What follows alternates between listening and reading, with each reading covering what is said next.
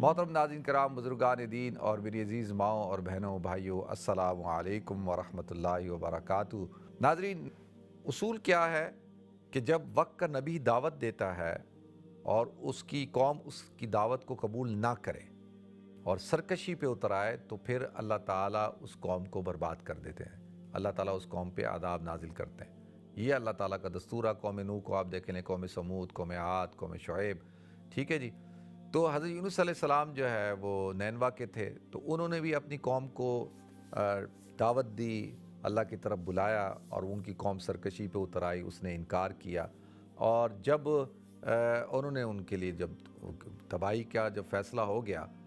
تو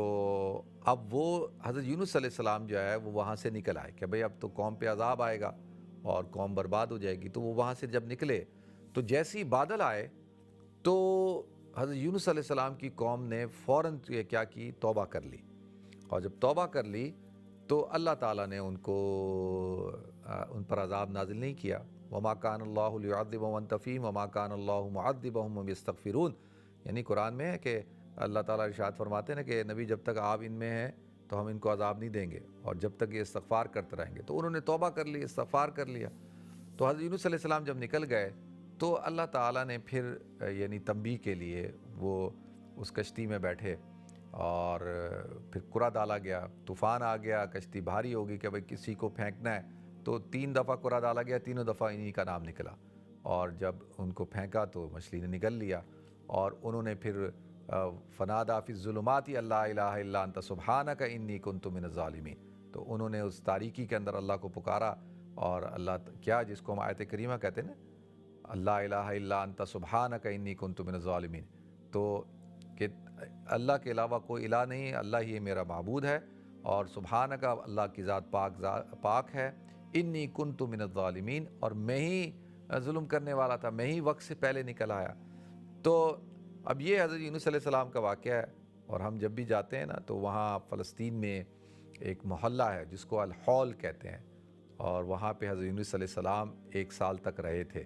اور اسی طریقے سے جو جافا کا جو سمندر ہے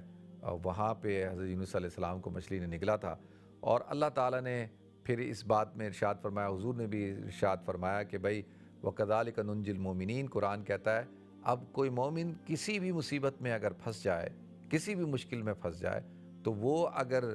دعا کرے گا یہ لا الہ الا انت سبحانک انی کنت من الظالمین، تو اللہ تعالیٰ اس کو نجات عطا فرمائیں گے، اس مصیبت سے، اس مشکل سے اللہ تعالیٰ اس کو بچائیں گے۔ تو لہٰذا ہمیں بھی اس وظیفے کو کرنا چاہیے، جیسے ہماری مسز مقصود کہہ رہی تھی کہ آج کل کے جو حالات ہیں، ان حالات میں ہمیں اپنے آپ کو دعاؤں میں لگانا چاہیے، اور محنت کرنی ہے، اسباب اختیار کرنے ہیں، کوشش کرنی ہے، لیکن دعاؤں کا بھی اہتمام کریں۔ دعا سے اللہ کی رحمت متوجہ ہوتی ہے۔ اللہ تعالیٰ ہم سب کو عمل کرنے کی توفیق عطا فرمائے، اور وآخر دعوانا ان الحمد للہ رب العالمین۔